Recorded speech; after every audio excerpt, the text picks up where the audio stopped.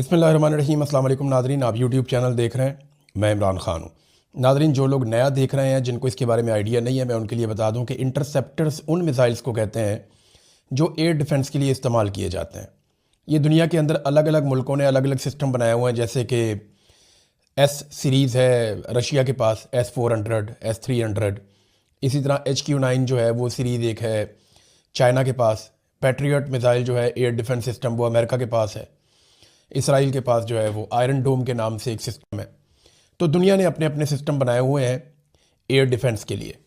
तो इसके जो मिसाइल होते हैं ये नीचे से लॉन्च होते हैं ज़मीन से, और फ़िज़ा से आने वाले मिसाइल को, तैयारे को या ड्रोन को निशाना बनाते हैं, और इन्हें इंटरसेप्टर कहते हैं। ये जो इंटरसेप्टर्स हैं इनके मसले पैदा हो गए हैं अमेरिका के लिए। ये बहुत मुश्किल से बनाए जाते हैं, बड़ी टेक्नोलॉजी इनमें इस्तेमाल होती है, और बाज़ औक़ात पूरे महीने में ये 7, 8, 10 इससे ज़्यादा नहीं बनाए जाते। तो इनके बनाने की रफ्तार बड़ी सुस्त है और इनकी तादाद कम रहती है, और अमेरिका को इसकी किल्लत का सामना करना पड़ रहा है। ये कैसे पता चला, ये मैं आपको बताता हूँ। देखिए, अमेरिका को हमेशा से हमला करने की आदत थी, उन्हें कभी भी हमला रोकने की आदत नहीं रही। यानी वो डिफेंसिव तो कभी हुए ही नहीं, वो हमेशा अटैक कर रहे हैं। आप पिछली आधी सदी या इससे ज़्यादा टाइम निकाल कर देख लें तो अमेरिका ने मुल्कों के ऊपर हमले किए हैं, अमेरिका के ऊपर मुल्कों ने हमले नहीं किए। लिहाजा अमेरिका ने दिफाई साजो सामान बनाने की बजाय ऐसा साजो सामान तैयार किया जिससे दूसरों पे अटैक किया जाता है, और वो मिसाइल उनके पास बहुत सारे हैं, जहाज़ बहुत सारे हैं, हथियार बहुत सारे हैं जिसमें दूसरे मुल्क पे अटैक किया जा सकता है। लेकिन अपने ऊपर होने वाले हमले को कैसे रोकना है, उसके लिए शायद उन्हें अंदाज़ा नहीं था कि कोई उनके ऊपर भी हमला करेगा। अब ये एक नए तरह की सूरत हाल है जिसको सामना करना पड़ रहा है। हालात यहाँ तक चले गए हैं कि यूक्रेन के सदर ने स्टेटमेंट दिया, ज़ेलेंस्की, जिसको याद है कुछ अर्सा पहले जब डोनाल्ड ट्रंप नए नए आए थे तो ज़ेलेंस्की को अपने सामने बैठा के जलील किया था कि ये कपड़े तुम कैसे पहन कर आ गए हो, और जनाब मैं तुमसे बात नहीं करता, और बड़ा डांट दिया था ज़ेलेंस्की को, काफ़ी जलील कर दिया था कि अमेरिका तुम्हें मुफ्त में हथियार दे रहा है और ये कर रहा है वो कर रहा है। तो काफ़ी उसकी बेइज्जती की थी। बाद में यूरोपीय यूनियन ने उसका बुरा भी बनाया था। तो उसी ज़ेलेंस्की से अब अमेरिका ने मदद मांगी है। ज़ेलेंस्की ने कहा कि हमसे अमेरिका ने मदद मांगी है और इंटरसेप्टर्स मांगे हैं, यानी दिफाई साजो सामान मांगा है। हम इस सिलसिले में देखेंगे कि ये हमारे लिए ज़्यादा महंगा ना हो तो हम ज़रूर मदद करेंगे। यानी वो कह रहे हैं देखेंगे जनाब, फिर करेंगे मदद। तो क्योंकि यूक्रेन के पास बहुत सारे हथियार जमा है, स्पेशली एयर डिफेंस के हवाले से, तो अब उनसे मदद मांग रहे हैं। इसका मतलब है किल्लत बहुत ज़्यादा हो गई है मिडल ईस्ट के अंदर। इसराइल के लिए अब जो इंटरसेप्टर मिसाइल्स हैं वो कम होते जा रहे हैं। वाइट हाउस की तर्जुमान ने एक स्टेटमेंट दिया, उस तर्जुमान की स्टेटमेंट को देख के भी इसी बात का आइडिया होता है। तर्जुमान ने यह कहा कि साबिक हुकूमत बड़ी बेवकूफ़ और नालायक थी और वो यहाँ पे मुसल्लत रहे। 4 साल तक अमेरिकन हथियार मुफ्त में यूक्रेन को देते रहे, और ट्रंप ने इस पर माजी में बात भी की है। तो वो पिछली हुकूमत पे बरस पड़े कि जनाब इन्होंने यहाँ से हथियार यूक्रेन को क्यों दिए। तो अब इंटरसेप्टर्स की कमी है। वजह यह है कि ईरान के ड्रोन्स ने बहुत सारे इंटरसेप्टर मिसाइल ज़ाया करवा दिए। ड्रोन है आपको पता है $20,000 का, इंटरसेप्टर $1 लाख से शुरू होते हैं, $4 लाख तक भी जाते हैं। तो ये बहुत महंगे हैं। अब मिलियंस खर्च किए जा रहे हैं सिर्फ ड्रोन्स को रोकने के लिए। तो ये बड़ी ज़्यादती है, बहुत बुरा हो रहा है अमेरिका के साथ और अमेरिका के इत्तहादियों के साथ। बहरहाल इसी गुस्से में अमेरिका ने अब शदीद हमले शुरू कर दिए। देखें, दूसरी हिकमत अमली आपके पास क्या होती है, जब आप किसी का हमला रोक नहीं पा रहे होते तो फिर आप बहुत शदीद हमले शुरू कर देते हैं। अब अमेरिका ने जो हमले इस वक्त शुरू किए हैं, 2000 पाउंड वजनी बम वो तेहरान के ऊपर मार रहा है। तेहरान से जो मनाजिर नजर आ रहे हैं वो इंतहाई हौलनाक है। देखिए, तेहरान में लगभग 1 करोड़ लोग रहते हैं, 90 लाख से 1 करोड़ के बीच में तेहरान की आबादी है। गुंजान आबाद इलाका है और बहुत बड़ी आबादी है वहाँ पे इस किस्म के 2000 पाउंड वजनी बमों को मारने का मतलब यह है कि आम शहरियों को मौत के मुंह में धकेलना। अब तक की इतला के मुताबिक 1045 अफराद ईरान के अंदर शहीद हुए हैं, जो आलमी मीडिया पे रिपोर्ट हो रहा है। ये बहुत बड़ी तादाद में शहादतें हैं इतने कम वक्त के अंदर। तो ईरान में बहुत तबाही फेरी है, बहुत तेज़ी से बम्बारमेंट की जा रही है ईरान के मुख्तलिफ इलाकों में अमेरिका की जानिब से। अमेरिका और इसराइल चारों तरफ से ईरान को घेर के उसके साथ लड़ रहे हैं और इस वक्त बड़ी खौफनाक तबाही फैला रहे हैं जिसमें सिविलियंस का नुकसान हो रहा है। अक़वाम मुत्तहिदा कुछ नहीं कर रहा, दुनिया के ममालिक कुछ नहीं कर रहे, यूरोपीय यूनियन कुछ नहीं कर रहा, और अमेरिका और इसराइल लगातार खौफनाक हमले कर रहे हैं ईरान के अंदर। दूसरी तरफ ईरान ने अपने नए तरह के ड्रोन्स जो हैं वो इस्तेमाल करने शुरू कर दिए, क्योंकि अमेरिका सटपटा गया, वो बहुत परेशान है। जो शाहिद ड्रोन है ईरान का, जिसकी आप बहुत सारी तस्वीरें और वीडियोस देख रहे हैं, वो लॉन्च हो जाता है, छोटा सा ड्रोन है, वो जाता है, ये खुदकुशी करता है ड्रोन, ये सीधा जाता है, जाके टकराता है और धमाका कर देता है। अब ये ड्रोन जो है, इनकी रफ्तार भी कम थी, इनकी आवाज़ भी बहुत ज़्यादा थी, और ये पहचाने भी जाते थे, पकड़ में भी आ जाते थे। तो ईरान ने ये ड्रोन बहुत बड़ी तादाद में इस्तेमाल किए हैं। लेकिन याद रहे, ये ईरान का वो ड्रोन है जो उनका बेसिक ड्रोन है, जो उन्होंने पहले बनाया था। अब उन्होंने और भी जदीद ड्रोन बना रखे हैं। अब ईरान ने कल के दिन से अपने निस्बतन जदीद ड्रोन हदीद 110 ये निकाले हैं अब, और इनको इस्तेमाल करना शुरू किया। इनकी रफ्तार भी ज़्यादा है और इनकी शनाख्त भी इतने आराम से नहीं होती, यानी ये पहचान में नहीं आते और ये अपने टारगेट तक पहुंच जाते हैं। तो ये एक नई तरह की मुसीबत, अब एक मुसीबत से जान नहीं छूट रही थी, पिछले ड्रोन भारी पड़े हुए थे, तो ये उससे बेहतर ड्रोन ईरान निकाल कर लाया। लेकिन जो ब्रीफिंग हुई है ना कैपिटल हिल में, ये अमरीकी हुकाम ने ब्रीफिंग दी है सेनेटर्स को, तो उस ब्रीफिंग के अंदर एक बात का एतराफ़ किया है अमरीकी हुकाम ने कि ये जो शाहिद ड्रोन्स हैं, इनका अभी तक हम कोई हल नहीं निकाल सके। हमें समझ नहीं आ रही कि इनको कैसे रोकना है, क्योंकि ये बहुत कम कीमत के ड्रोन हैं। इनको रोकने के लिए बहुत भारी हमें हथियार इस्तेमाल करना पड़ता है, बहुत कीमती हथियार इस्तेमाल करना पड़ता है, जिसकी किल्लत पैदा हो रही है। तो हमारे पास इसके खिलाफ कोई हिकमत अमली नहीं है, और हमें अंदाज़ा नहीं था कि ये हमें इतना भारी पड़ जाएगा। ये जनाब वो एतराफ़ कर रहे हैं। ईरान के लिए जो सबसे बड़ा चैलेंज है ना, मैंने पहले भी आपको कहा था, वो अब भी वही है। ईरान को अपनी चेन ऑफ कमांड हर हाल में बरकरार रखनी होगी। ईरान की अगर चेन ऑफ कमांड टूट गई और एक मरतबा ईरानी बिखर गए, तो यहां से फिर अमेरिका और इसराइल का बहुत बड़ा फायदा हो जाएगा। ईरान को हर हाल में अपनी मौजूदा क़यादत को जिंदा रखना होगा, उन्हें बचाना होगा, और एक चेन ऑफ कमांड बरकरार रखनी होगी कम से कम अगले 1 महीने तक, या जब तक ये जंग चलती रहती है। जब तक ये जंग चलती रहेगी और जंग के बाद भी उन्हें हर हाल में अपनी क़यादत को जिंदा रखना होगा और एक चेन ऑफ कमांड को बरकरार रखना होगा। चेन ऑफ कमांड का मतलब यह है कि ऊपर से नीचे तक अहकामात बराह रास्त पहुंचते रहें, यानी जो आखिरी आदमी खड़ा है, जो एक्ट करने वाला है, वहां तक ऊपर से जो अहकामात है उनकी चेन टूटनी नहीं चाहिए, चेन ऑफ कमांड रहनी चाहिए और कंट्रोल रहना चाहिए सिस्टम के ऊपर, इदारों के ऊपर, लोगों के ऊपर, फोर्सेस के ऊपर, और कंट्रोल के साथ पूरी कमांड होनी चाहिए। ये चेन ऑफ कमांड अगर ईरान बचाने में कामयाब हो जाता है तो ये उसकी सबसे बड़ी कामयाबी होगी। ईरान ने कुछ और भी एक्सपोज किया है। इन्होंने बताया जी कि फॉल्स फ्लैग ऑपरेशन टाइप की चीज़ें की जा रही हैं ताकि बाकी मुल्कों को इसराइल और अमेरिका के साथ मिलकर ईरान पर हमला करने के लिए उकसाया जा सके। इस हवाले से कुछ चीज़ें सामने आई हैं, मैं आपके साथ शेयर करता हूँ। नंबर 1 तो ये पता चला कि एक तो ईरान ने अपने पड़ोसियों को एक पैगाम दिया, पहले मैं आपको पढ़ के सुनाता हूँ, ये अहम है, ये बड़ा ज़रूरी है। मैंने आपको पिछले वीलॉग में कहा ना कि ईरान के लिए बहुत ज़रूरी है कि वो अरब ममालिक को अपने कंट्रोल में रखे या उनके साथ राब्ते में रहे। ईरान के सदर ने अपने पड़ोसी मुल्कों के सरबराहों के नाम एक पैगाम जारी किया है। अपने बयान में ईरानी सदर ने कहा कि हम सफारतकारी के जरिए जंग से गुरेज करने की हमने पूरी कोशिश की है, हमने कोशिश की कि मुज़ाकरात हो जाए, सफारतकारी हो जाए, लेकिन सहूनी अमरीकी फ़ौज की जारहियत ने हमारे पास अपने दिफा के सिवा कोई दूसरा रास्ता छोड़ा ही नहीं।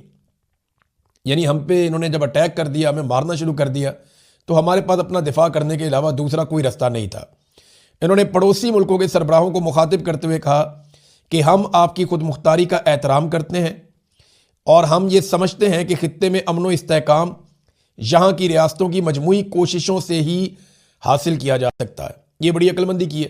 तमाम अरब ममालिक को पैगाम दिया कि हम आपकी खुद मुख्तारी का एहतराम करते हैं, लेकिन हमारे पास कोई रास्ता नहीं था अमेरिका को और इसराइल को जवाब देने के अलावा, क्योंकि उन्होंने हमें दीवार के साथ लगाया। हम तो मुज़ाकरात करना चाह रहे थे, हम तो चाह रहे थे कि सफारतकारी के जरिए से मसला हल हो जाए, लेकिन इन्होंने ऐसा होने नहीं दिया। अब नाज़रीन, जहाँ पे इसकी कुछ तफसील है मैं आपके साथ शेयर करता हूँ। ये मिडल ईस्ट आई ने इसको लिखा है कि Iranian official says Israel carried out some of the drone strikes on Gulf energy sites. वो ये कह रहे हैं कि गल्फ की कोई एनर्जी साइट्स हैं जहां पे ईरानी सोर्सेज ये कहते हैं कि जो हमले किए गए हैं वो इसराइल की जानिब से किए गए। अब अरब ममालिक के एनर्जी साइट्स के ऊपर इसराइल हमला कर रहा है, तो इसका मतलब क्या है? सोर्सेज से that some of the attacks, namely on oil refineries, ports, and civilian targets were carried out by Israel to provoke Gulf state into entering war. वो कहते हैं जी वो जंग के अंदर घसीट के लाना चाहता है, वो उकसा रहा है इन ममालिक को कि आ जाओ जंग के अंदर। अभी यहाँ पे इसमें ना कुछ और इन्फॉर्मेशन भी आई है हमारे पास। वो इन्फॉर्मेशन ये बताती है कि साइप्रस में जो बरतानवी बेस के ऊपर अटैक हुआ था वहाँ पे भी ईरान की तरफ से मिसाइल नहीं आया था, यानी वो जो हमला हुआ था वो ईरान की जानिब से नहीं आया था, ये भी कन्फर्मेशन हुई है। फिर तुर्की में गिरने वाला जो मिसाइल है उसका मलबा जब चेक किया गया है तो ये SM-3 इंटरसेप्टर मिसाइल है, यानी ये भी ईरान का नहीं है। इंटरसेप्टर तो ईरान के पास है ही नहीं, ये तो अमेरिका या इसराइल इस्तेमाल करता है।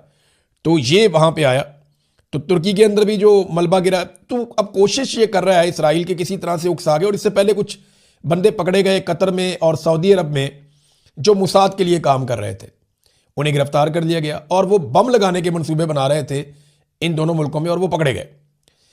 वजह ये उसमें समझ आ रही है कि यहाँ बम लगाए जाए, इन मुल्कों को उकसाया जाए और सारे अरब ममालिक मिलकर ईरान के ऊपर अटैक कर दें, तो इसराइल के लिए, अमेरिका के लिए सूरत हाल और बेहतर हो जाएगी। अब ये नाजरीन एक फॉल्स फ्लैग ऑपरेशन टाइप की सूरत हाल पैदा की जा रही है, लेकिन ईरान ने इसमें ना सिर्फ खबरदार किया है बल्कि अपने पड़ोसियों के नाम एक पैगाम भी वाज़ेह तौर पे उन्होंने जारी कर दिया है। नाजरीन, इराक का इलाका है नजफ, ये एक सहरा है नजफ, यहाँ पे कमांडोज उतारे गए हेलीकॉप्टर्स के ज़रिए से। ये कुछ 6-7 हेलीकॉप्टर आते हैं और वो ये कल की बात है, और उन्होंने सहरा के अंदर कमांडोज और साजो सामान उतारा है।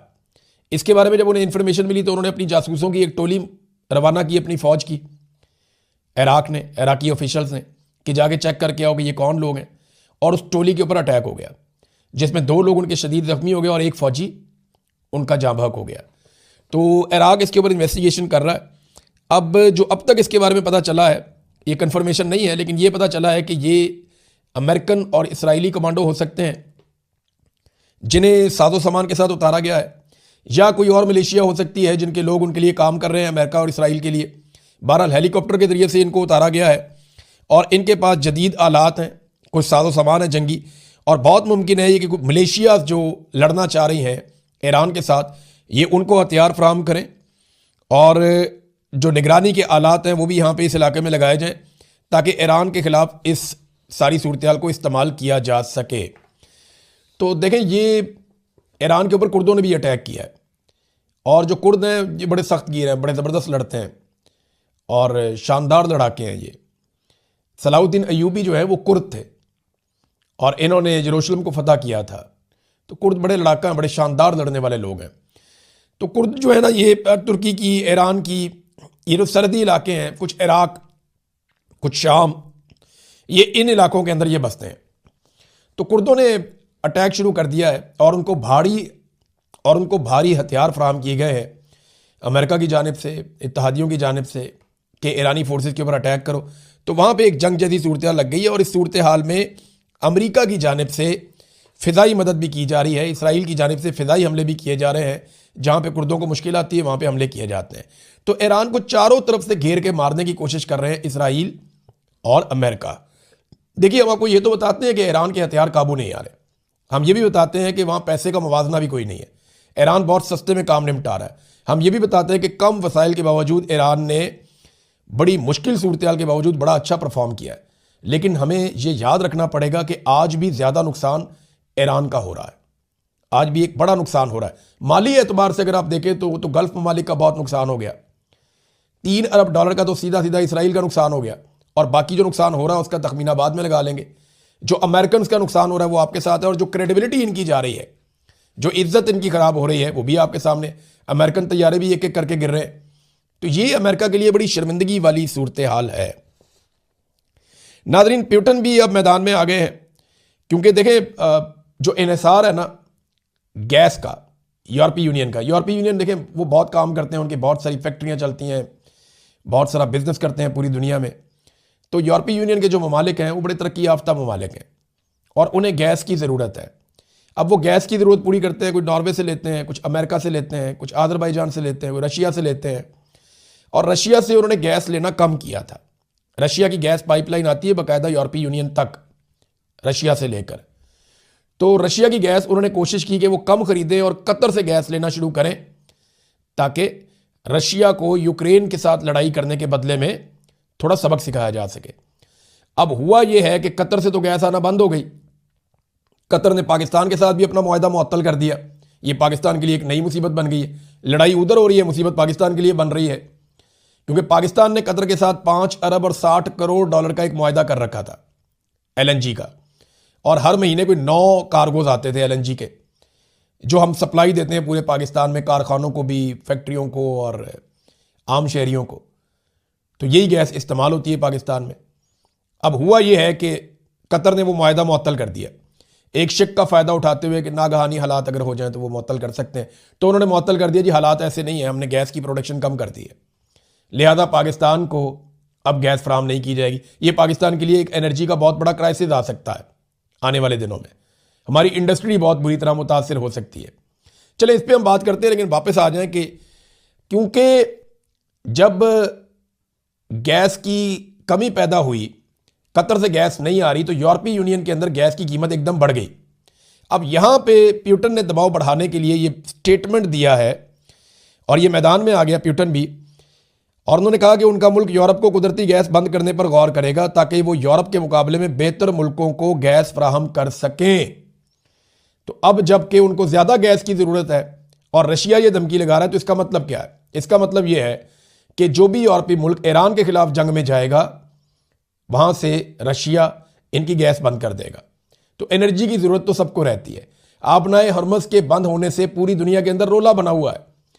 एक जंगी मशक़ें कर रहा था ईरान का एक शिप, उसको अमेरिका ने डबो दिया है मुबैना तौर पे, और उसमें बहुत सारे ईरानी फ़ौजी शहीद हो गए हैं। हालांकि ये शिप जंगी मशक़ें करके वापस आ रहा था, इसका जंग के अंदर किसी किस्म का कोई किरदार, कोई रोल नहीं था।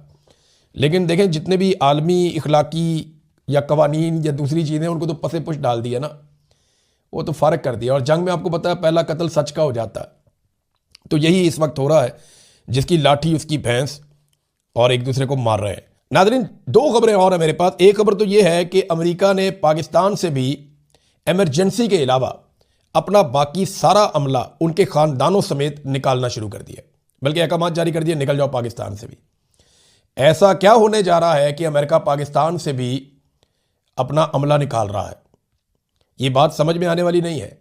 पाकिस्तान में हालात तकरीबन नॉर्मलाइज हो गए हैं, और अब कोई बहुत बड़े बड़े जलसे जुलूस भी नहीं हो रहे, और पाकिस्तान की गवर्नमेंट में, फ़ौज में ये सलाहियत है कि अगर कोई जुलूस जाए अमेरिकन एम्बेसी की तरफ तो उनको रोक सकें। लेकिन फौरी तौर पे पाकिस्तान से लोगों को निकाल कर ले जाना, देखें ये मुजाहरे तो बांग्लादेश में भी हो रहे हैं, इंडिया में भी हो रहे हैं, बाकी जगह पे भी हो रहे हैं, लेकिन वहाँ से अमेरिका निकाल नहीं रहा अपने लोगों को।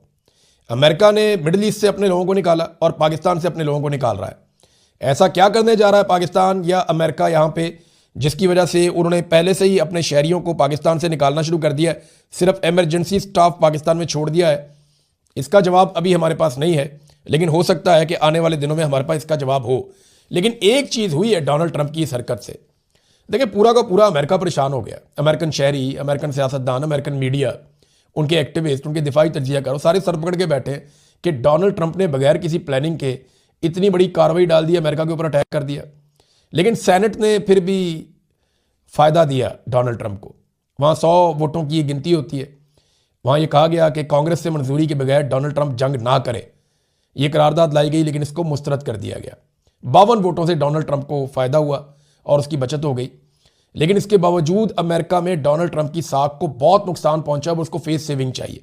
वो कैसे मिलेगी हम कुछ कह नहीं सकते, लेकिन 48 घंटों में आलमी स्टॉक मार्केट में 3200 अरब डॉलर का नुकसान हुआ है। 3200 अरब डॉलर्स। 1 अरब डॉलर के लिए हम मिन्नतें करते हैं लोगों की, यहां 3200 अरब डॉलर्स, 3.2 ट्रिलियन डॉलर्स का आलमी तरफ ये नुकसान हो गया स्टॉक में। सिर्फ अमेरिका के अंदर होने वाला नुकसान जो है वो सबसे ज्यादा है, 1.7 ट्रिलियन डॉलर्स, यानी 1700 अरब डॉलर्स का अमेरिका की स्टॉक मार्केट में नुकसान हुआ है 48 घंटों के अंदर। पूरी दुनिया हिलकर रहेगी इस लड़ाई से। अब देखना यह है कि फेस सेविंग अमेरिका कैसे हासिल करता है, और क्या ईरान अपनी चेन ऑफ कमांड बरकरार रख सकता है। यही है सबसे बड़ा सवाल। अब तक के लिए इतना ही। अपना ख्याल रखिएगा, अपने इस चैनल का